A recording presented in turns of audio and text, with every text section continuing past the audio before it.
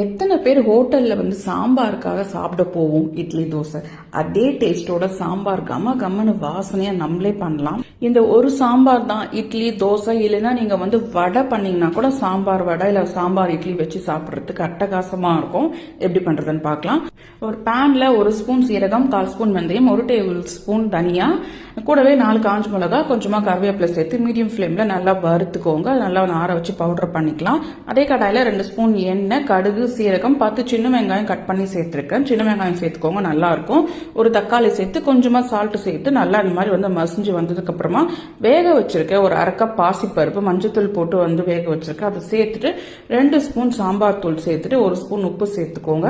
தண்ணி கொஞ்சம் தாராளமா சேர்த்துக்கோங்க, ஏன்னா பாசிப்பருப்புன்றதுனால அது கட்டி ஆயிடும். இந்த மாதிரி கொதிச்சு வந்ததுக்கு அப்புறமா நம்ம பவுடர் பண்ணி வச்சிருக்க மசாலா சேர்த்து கலந்து விட்டுட்டு ஒரு 2 நிமிஷம் கொதிச்சா போதும். கடைசியா கொத்தமல்லி கருவேப்பிலை தூவி நம்ம ஆஃப் பண்ணிட வேண்டியது. கடைசி ஆஃப் பண்றதுக்கு முன்னாடி ஒரு 2 ஸ்பூன் நெய் சேர்த்துக்கோங்க. கம கமன் வாசனையா இருக்கும். சூடான சாஃப்டான இட்லி, அது கூடவே நம்ம ரெடி பண்ண ஹோட்டல் சாம்பார், அது நல்லா அது மேல தாராளமா ஊத்தி நீங்க பிசைஞ்சு சாப்பிட்டு பாருங்க. அவ்வளோ டேஸ்டா இருக்கும். ஒரு மொறுன்னு மெதுவடை செஞ்சு அதுல இந்த சாம்பாரை தாராளமா ஊத்தி குட்டி குட்டியா வெங்காயம் கட் பண்ணி சாப்பிட்டு பாத்தீங்கன்னா அட்டகாசமான சாம்பார் வடை உங்களுக்கு ரெடி.